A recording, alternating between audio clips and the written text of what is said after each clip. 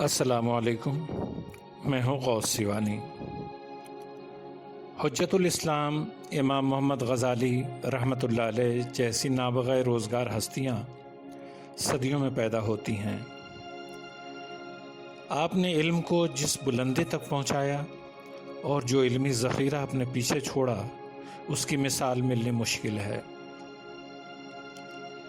آپ نے اپنی مختصر زندگی میں جو کچھ لکھ دیا ہے، دوسروں کے لیے پوری زندگی میں اسے پڑھنا اور سمجھنا بھی بڑا کارنامہ ہوگا۔ جہاں ایک طرف آپ میں حصول علم اور اشاعت علم کا جذبہ تھا، وہیں دوسری طرف اتباع سنت اور احیاء دین کا جذبہ بھی موجود تھا۔ امام غزالی نے اگر شریعت میں کاملیت کے مقام کو پایا تو طریقت میں اکملیت کی منزل تک پہنچے۔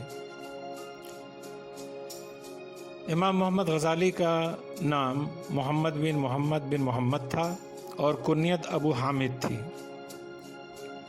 خاندان میں اون کے دھاگے بنانے کا رواج تھا اور اسے فروخت کر کے روزگار حاصل کیا جاتا تھا۔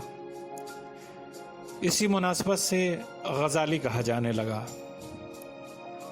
آپ کی ولادت باسعادت ملک خراسان کے علاقے طاہران میں ہوئی۔ یہ 450 ہجری بمطابق 1052 عیسوی کا واقعہ ہے۔ امام محمد غزالی کے والد محمد بن محمد خود زیادہ پڑھے لکھے نہیں تھے، مگر علم دوست تھے اور علماء و مشائخ کی صحبت میں بیٹھنا پسند کرتے تھے۔ ان کی تمنا تھی کہ اپنے بچوں کو اعلیٰ تعلیم دلائیں۔ اس کے لیے انہوں نے کچھ رقم پس انداز کی تھی۔ اگرچہ والد کا انتقال آپ کے بچپن میں ہی ہو گیا، مگر ان کا چھوڑا اثاثہ آپ کے بہت کام آیا اور اسی سے علم حاصل کرنے میں مدد ملی۔ عہد وسطیٰ میں تعلیمی نظام آج سے بالکل مختلف تھا۔ آج کی طرح اسکول و مدارس اور کالج و جامعات نہیں تھے۔ عموماً اساتذہ مسجدوں اور خانقاہوں میں درس دیا کرتے تھے، جہاں طلبہ جمع ہو کر تحصیل علم کرتے۔ امام محمد غزالی نے علم حاصل کرنے کے لیے کئی سفر کیے، مگر اس کی ابتدا اپنے ہی وطن سے ہوئی۔ طاہران میں ایک لائق و فائق عالم احمد بن محمد رازقانی تھے، جنہوں نے امام غزالی کی ابتدائی تربیت کی اور ابتدائی کتابیں انہوں نے ہی پڑھائیں۔ اس کے بعد جرجان چلے گئے، جہاں امام ابو نصر اسماعیل سے پڑھتے رہے۔ پھر نیشا پور جا کر مشہور عالم امام الحرمین عبد الملک ضیاء الدین سے تحصیل علم کیا۔ یہ اپنے عہد کے نامور اور معتبر عالم تھے۔ امام الحرمین سے استفادہ کے بعد امام غزالی کو شہرت حاصل ہو گئی اور آپ بڑے بڑے علمی معرکے سر کرنے لگے۔ یہ بحث و مباحثہ اور مناظرے کا دور تھا۔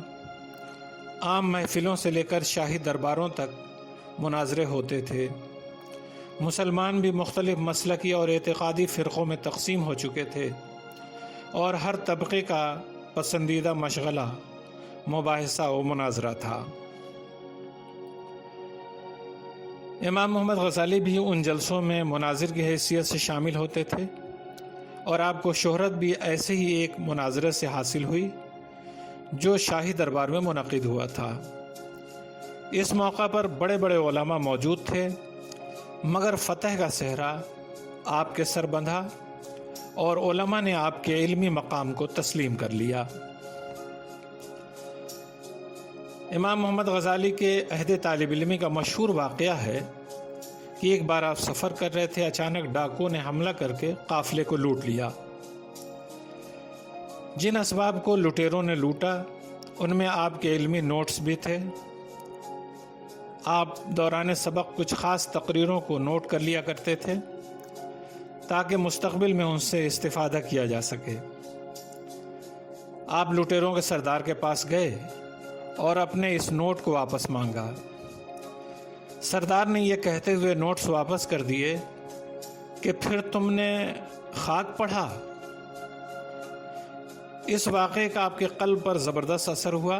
اس کے بعد آپ نے جو کچھ بھی پڑھا اسے ذہن میں محفوظ رکھا اور اس نوٹ کو بھی یاد کر لیا۔ امام غزالی علیہ الرحمہ کی علمی سربلندی کا شہرہ ہر طرف تھا، مگر آپ کی علمی پیاس باقی تھی، اور جب کسی اہل علم سے استفادہ کا موقع ملتا علم حاصل کرتے۔ آپ نے علم حدیث کی تکمیل علامہ اسماعیل حفصی اور حافظ عمر بن ابو الحسن روسانی کے پاس کی۔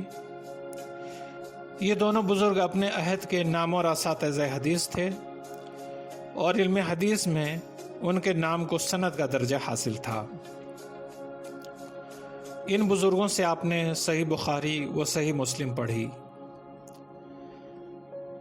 امام محمد غزالی کی زندگی اور خدمات کے بارے میں مزید جانکاری کے لیے اس سلسلے کی اگلی ویڈیو ملاحظہ فرمائیں، اور بزرگان دین اور تصوف کے بارے میں جانکاری کے لیے آپ ہمارے YouTube چینل کو سبسکرائب کرنا نہ بھولیں۔